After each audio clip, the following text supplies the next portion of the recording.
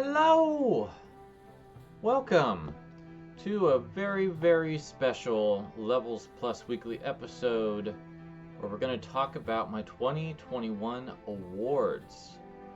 And I got quite a few that I've already put up on the blog, and I'm not going to probably talk about those other than just mentioning them by name, because all of the ones on the blog already have videos attached to them, so you can check them out and see what I thought on like music and TV and movies and streaming / content creation, remixes, all that sort of stuff. So what I'm going to focus on in this video is more talking about my favorite game of the year, both in terms of what came out in 2021 and in the past that I haven't played before or I had played before.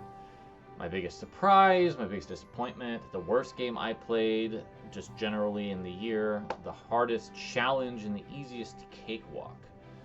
And then I'm going to move a dual life perspective into the next episode, and we'll also have predictions for 2022 in that.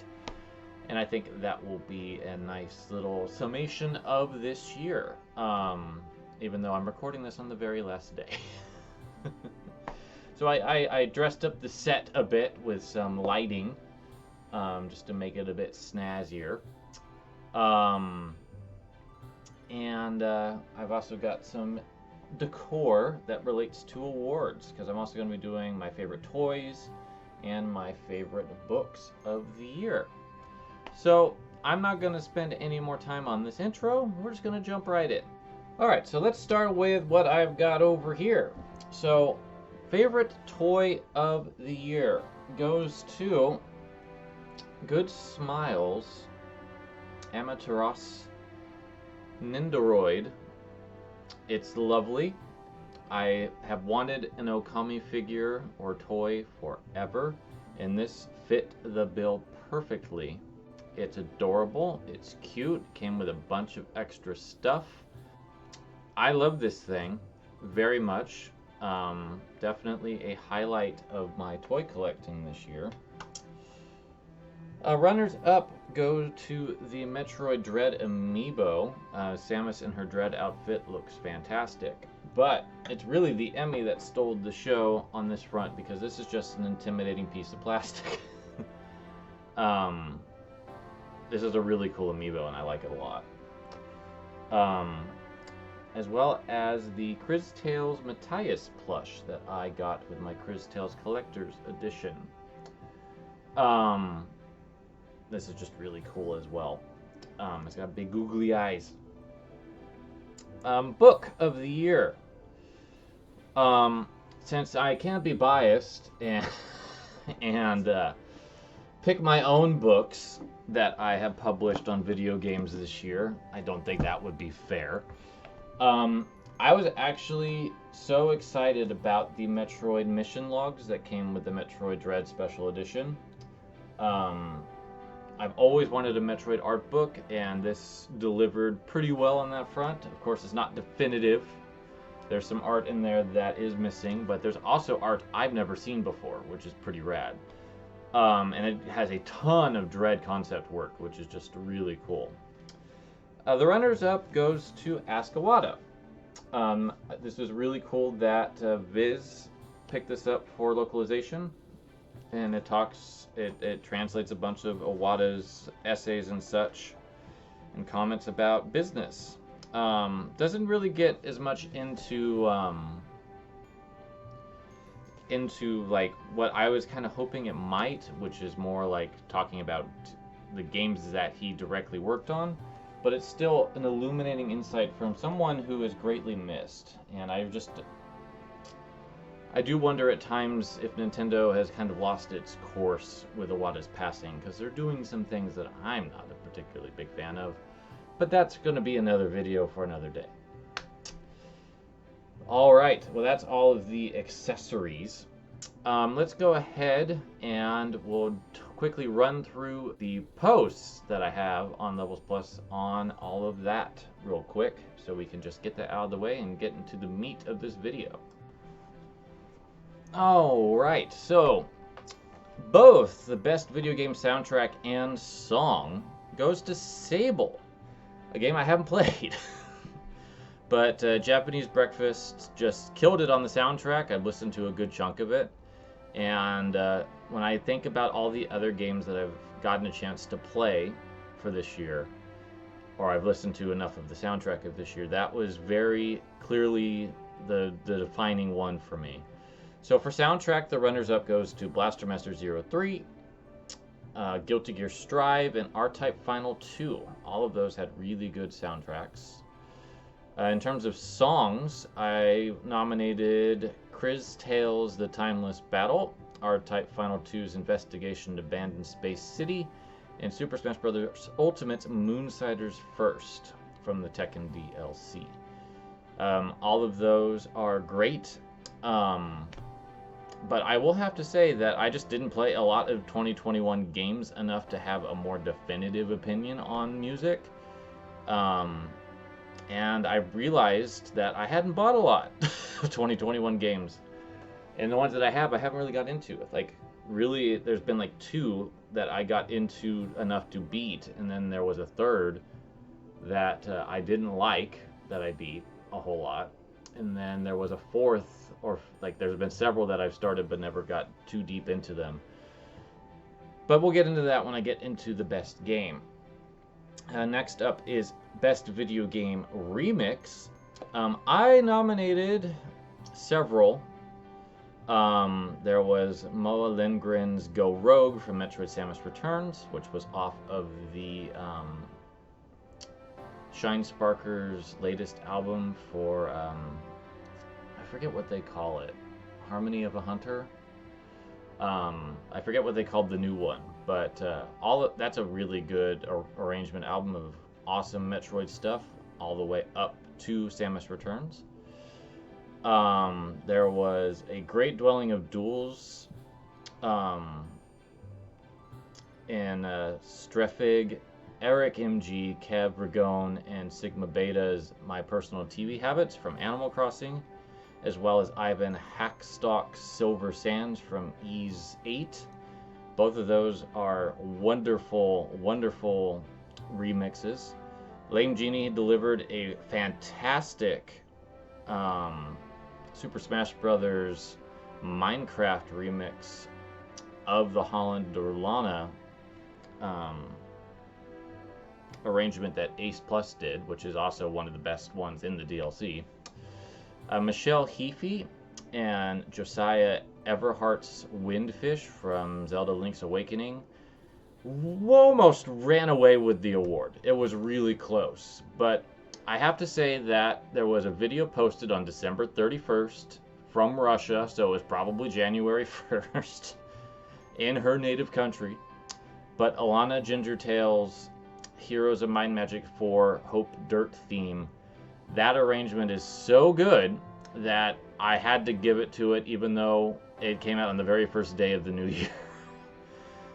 Sometimes you just hear a song and it sticks with you, and that one's one that just has lasted for a very, very long time as one that I really love.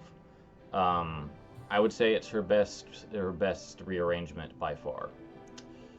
Best Movie TV went to WandaVision, followed up by Black Widow and Spider-Man No Way Home. I have seen Hawkeye and Shang-Chi since I initially came up with those, with that list. And I still feel that that's right basically in those top 3. I think Hawkeye would probably be number 4, and Shang-Chi would be number 5. Well, actually, I would say Loki would probably be number 5. I think Hawkeye actually did a little bit better than Loki, oddly enough. So that top 11 Marvel thing I did is now completely out of whack. Alright, and the last things I'm going to quickly run through are Best Album and Best Song. Best Song went to Snail Mail's Valentine. This song in particular is one of the best songs that I've heard, and it was really tough, you know, for like long-running bands that I've loved for a long time, like Our Lady Peace, Land of Talk, Billy Talent. All of them had great songs that came out in 2021. Our Lady Peace had Stop Making Stupid People Famous. Land of Talk had Moment Feed, and Billy Talent had End of Me, and all of those are fantastic and like almost like some of the best work they've done. And then Japanese Breakfast comes back. I discovered her thanks to Sable at the Summer Games Fest, and I got into Jubilee, and that's a fantastic album. But I nominated Be Sweet from that as the best song. But ultimately, just something about Valentine just really hits a chord with me, and I had to give it to her. I had to give it to Lindsay. She did such a spectacular job on that song. Just, it's really strong emotions for me to listen to. Best album is a split between Snail Mail's Valentine, which, as I was saying, is fantastic, and Japanese Breakfast Jubilee, which is also fantastic. I couldn't pick one. They're both some of the best albums I've ever heard. They both went on my favorite album list. Just incredible work from both of them. It's nice, to actually have this award go to someone new, because usually I don't broaden my musical horizons a lot, and I tried to do that a bit more this year, and it paid off. It paid off with two of the best albums I've ever heard, and some of the best songs I've ever heard. I also enjoyed Fortitude Valley's self-titled LP. Pink Shift's Saccharin is what I'm just going to say because I don't know how to pronounce that. And Land of Talk's Calming Night Partner EP. Alright, now that we've gotten all of the rest of those awards done, let's get into the meat of this video, which is the video game awards I haven't written about yet.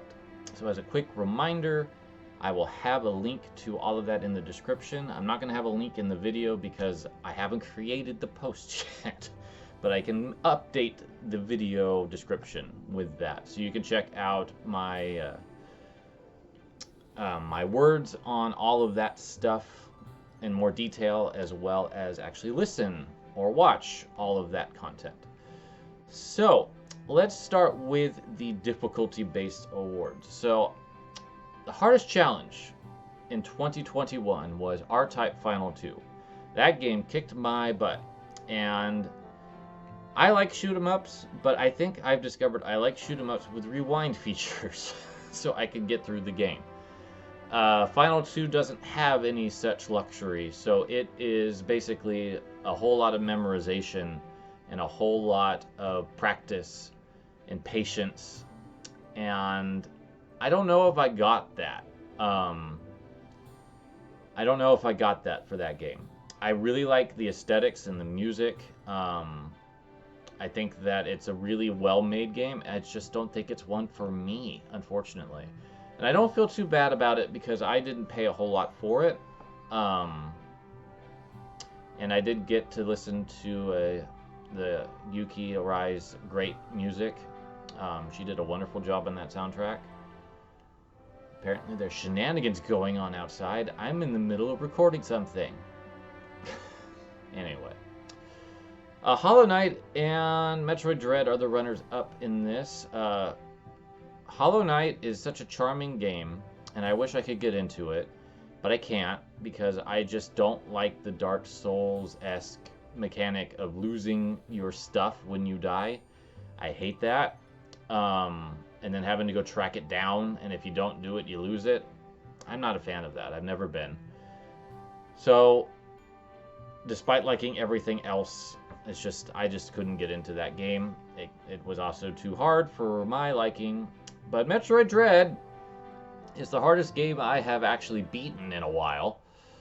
That game is not a cakewalk. It's got really tough bosses, and it expects you to really kind of get to terms with the controls and Samus's movement and maneuvers really quick. But thanks to generous checkpoints, I didn't really have any issues with the difficulty of Metroid Dread, but I will say that it is hard. It is definitely a challenging game. But I kind of enjoyed it for once. I don't usually.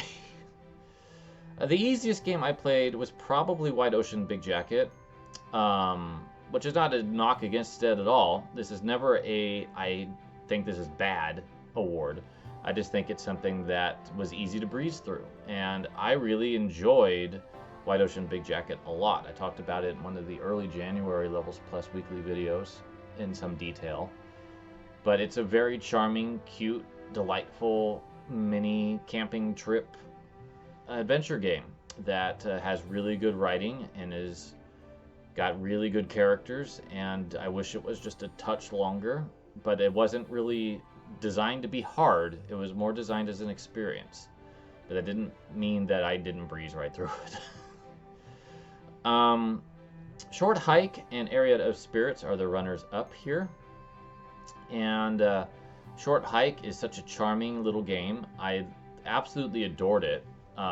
It is my second favorite game that I played that's a non-2021 game of the year. It ended up in my top 111. It is just one of the most charming games I think I played. It's basically like if you took a Zelda-like game but removed all the combat and just really like tightened up that exploration factor and just made everything look so lovingly rendered and just cute and just a lot of things to find. I love it. I absolutely love A Short Hike, but it's not hard. It didn't take me too long to get through it and to get most of the stuff in it. Areata Spirits was a really charming game from this year. I keep saying charming. I guess that's just my word for short, breezy indie games right now. But it's another Zelda-like, but it's just a short, pretty toothless action-adventure game that had really good visuals and mostly solid mechanics. I wish that the sword worked just a touch differently, but overall I really enjoyed my time with it. But it definitely ended faster than I thought it was going to, but I liked it for what it was. It's my second favorite game of this year, oddly enough. So those are the difficulty-based awards. So let's get into the biggest surprise, and that is Glay Lancer. Glay Lancer is a surprise in a lot of ways because it's been kind of a obscure, difficult to acquire at a reasonable price Genesis, well I should say Mega Drive game that was never localized. The closest that an American could get to buying it without importing it was on the Wii. I think they actually released it on the Wii Virtual Console as an import, but it was really nice to see that come back after so long, and I really liked that game. Speaking of shoot 'em ups with rewind functions, I really enjoyed Glay Lancer a lot. The story cutscenes are pretty well done for 1992, I want to say. They're very, very lovingly done with exquisite sprite work, and there's some really cool effects in some of the stages. Like stage 1 takes place in a meteor field, and it feels like you're there in a meteor field despite it being, you know, a game from 92 with limited graphic capabilities. Just a really, really fantastic shoot 'em up that is definitely going to be in my top 11 of that genre once I figure out what the rest of them are. But I really liked it, and it was a big surprise because I had always heard good things, and it's nice to know that it deserved all of it. A Short Hike and White Ocean Big Jacket were the other surprises. Short Hike almost ran away with this award, to be honest, because I was so blown away by how much I got into that game. I really did. I was pretty committed to it once I started playing it. That was all I did in terms of playing games for a bit. So I loved A Short Hike. And I love White Ocean Big Jacket too. Both of those games really made last January a lot of fun. Biggest disappointment of 2021 was Lost Words Beyond the Page, which I talk about quite a bit in Levels Plus Weekly video that came out a while ago, but I really thought that there was going to be a really compelling mix of this storytelling piece and this fantasy piece and I only really liked the journal part. I felt that the controls and just the feel of the game and the fantasy pieces wasn't what I was hoping it would be. It wasn't fun to play all that much. And I felt that while the voice actress did a great job as the narrator, did not do as great of a job as Robin. The writing is certainly solid. I mean, Rihanna Pratchard is just a fantastic writer. But I just couldn't get into that game, even though I beat it. And I think that was just stubbornness, because it was a game I was genuinely hyped about. It's not a bad game. It was just a disappointment for me. The other two are Vendetta and Fighting Layer EX Another Dash. I'll do Fighting Layer real quick because Vendetta is going to be in the next award as well. Fighting Layer EX just was not a good port.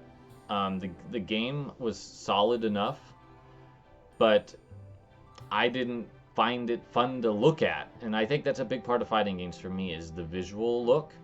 And it's definitely compromised. So I hope, in the much sense, that Arika has put some more work into making that game look better.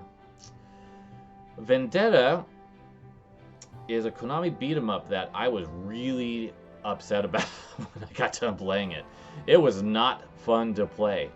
And this is the company that brought the Ninja Turtles games and the Simpsons game and the X-Men arcade game. All fairly straightforward, breezy beat-em-ups that are a lot of fun. But something went off on Vendetta. I don't know what it is about the feel. The way that enemies work and the way that you control your characters, I did not enjoy that game at all. And I think, again, it was stubbornness that got me through it. But I was pretty mad, I know, a couple times during that game. But I did play a worse game than Vendetta in 2021, and that was Doomsday Warrior, thanks to the Super Nintendo Switch Online app. That was from Nihon Telenet, if my memory serves me correct. And it is the worst fighting game I think I've ever played. Even worse than Street Fighter 1. It is clunky, it is unattractive to look at, with boring backgrounds, uninteresting characters with very simple animations, and difficult to pull off moves. Just not good. Not a good attempt to make a fighting game. Very disappointing. In fact, it's the worst game I played in 2021. If not, one of the worst games I've ever played. I think it's going in my bottom 25. The other game that I didn't really like was Mega Man 5 for the Game Boy. And that's the one that people have always said is the good one. That's the one I should play. So I tried it. I got through the first 4 bosses, and I was so frustrated with the zoomed in camera, so you can't see as much of the screen, and some cheap level design. There's spikes in the worst places in that game.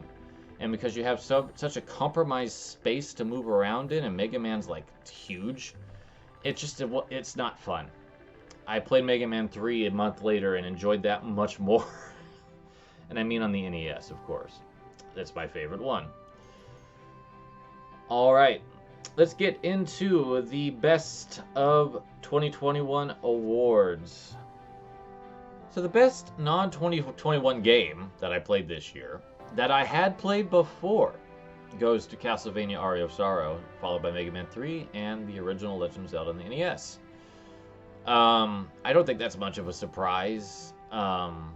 Aria of Sorrow is in my top 10, Mega Man 3 is in my top 15, Legend of Zelda is in my top 25, I think, still. So those are all fantastic games. Love them all. But Aria of Sorrow is just Castlevania perfection. I got to play it on the Wii U this time, so I actually had to start from the beginning and work my way up. I got almost all the souls. I accidentally didn't break Legion out of its shell, and I didn't realize that would prevent you from getting the soul, so I will have to do a New Game Plus to get that soul. But otherwise, I got them all. Full map completion. I did not go too into it and get all the rare drops. I have done that on the Game Boy Advance one. Oh, but I love that game. It just controls so well. The art's so good. It's got one of the best GBA soundtracks. Just a wonderful game all the way around. It's my favorite in the series.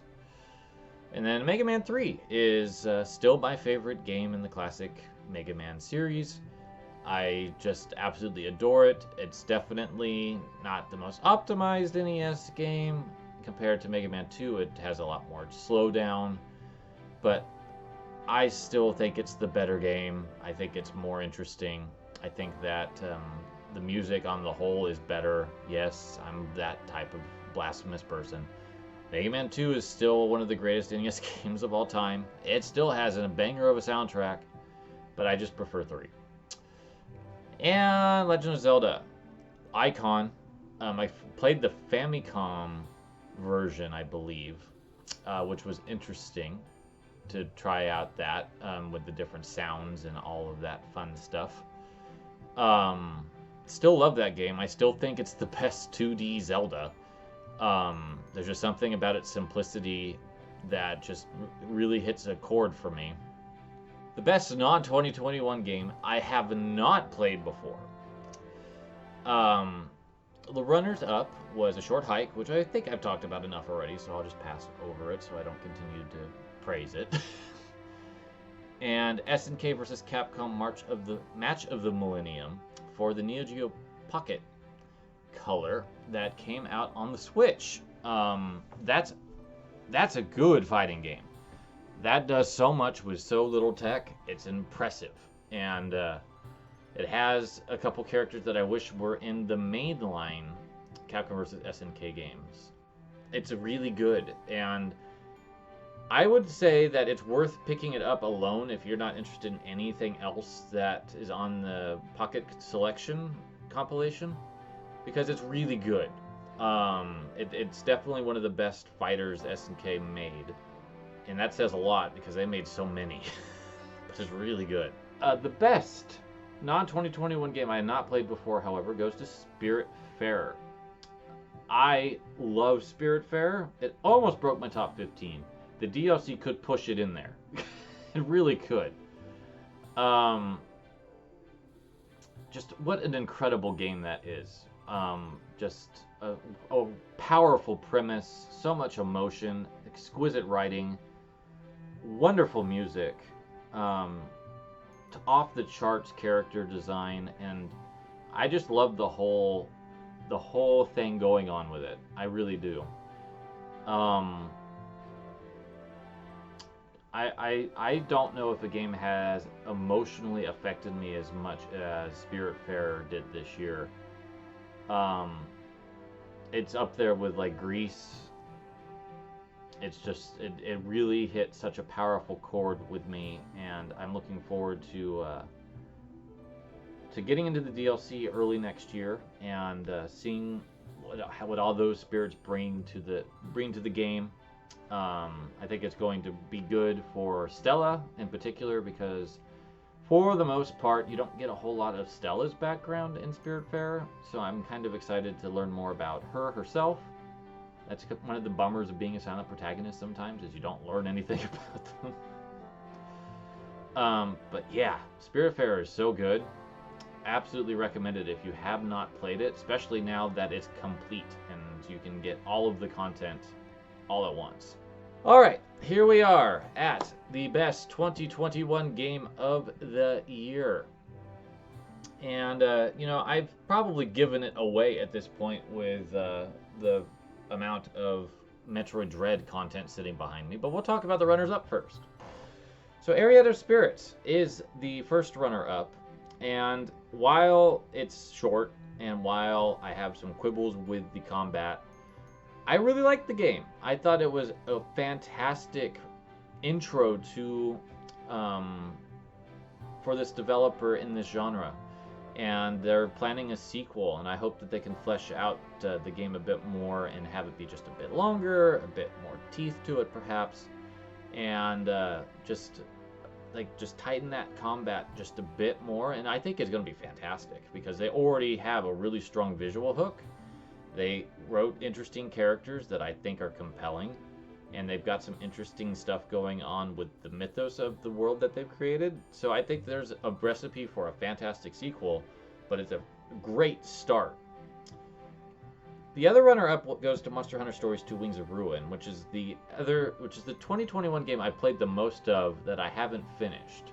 I have to say, Stories 2, just the demo alone, I was pretty obsessed with for a bit, and I think I just haven't dove back into it because I wanted to kind of have a really good time slot that I wanted to devote to it.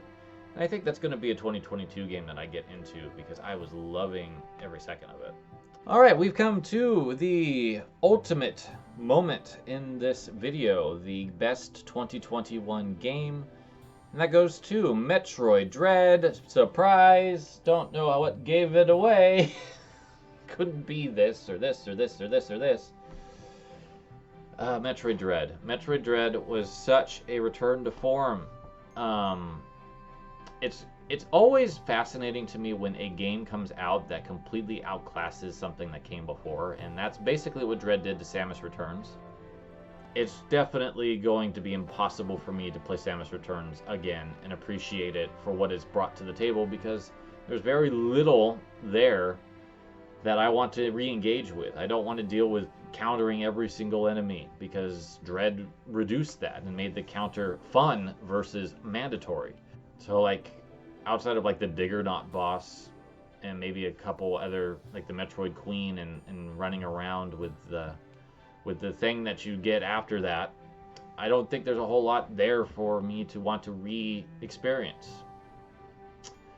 But Dread is such a splendid game that that's how powerful it is. It basically made me go, oh man, I don't want to return to because I want to play this. Dread is a spectacularly fun game. It is so fun to play. Samus has never been more fluid. Samus has never been more responsive. This is one of the tightest, most responsive games I think I've ever played.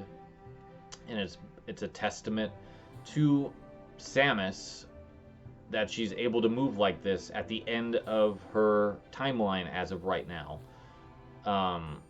To have such fluidity and such grace in her movements and still be such a badass. I love the personality that she expresses in the game. I think that it's basically what I've always seen Samus as. I adore it.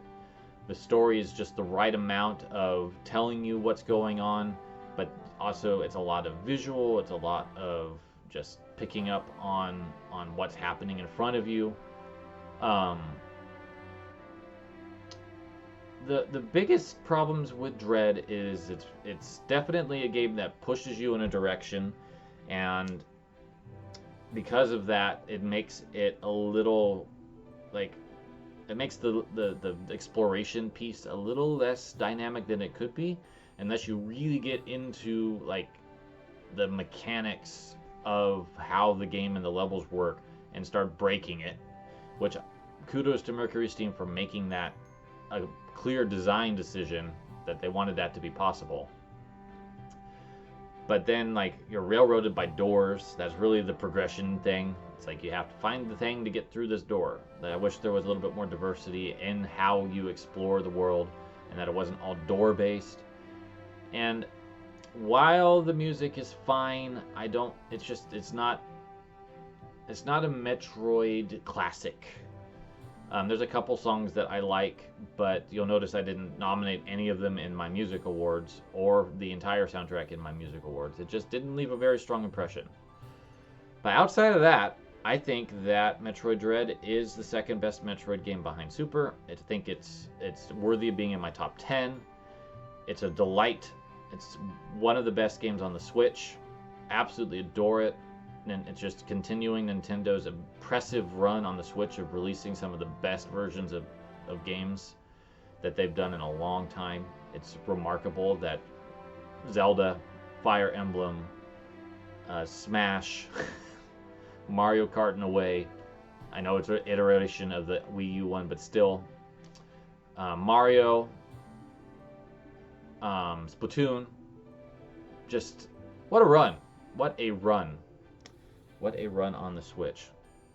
So that's it that's all of the awards this year. So thank you so much for joining me and listening to me talk about what I loved in 2021, or in some cases didn't like. We're going to end here, but there will be the dual life perspective and predictions in the next video that goes up. So, wishing you a delightful new year. Let's hope that 2022 gets better, and we'll see you soon in the wide expanse of fresh, brand new days, minutes, seconds of the new year. Have a wonderful, wonderful New Year's Eve. Take care. Be safe.